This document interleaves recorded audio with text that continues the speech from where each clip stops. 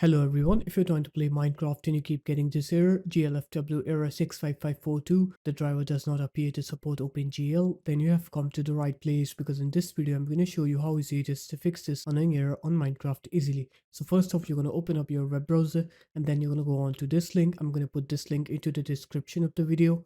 You're going to download this OpenGL file and you're going to open it up. Now what you're going to do is you're going to extract this file into your Java's directory. So open up your Explorer, go to your C drive, go into program files, go into Java here. Here you'll have your Java version. You're going to open it up and then you'll have this bin folder. Now what you're going to do is you're going to paste this file or extract this file into here. Click continue. And after that, you're going to go ahead and restart your computer.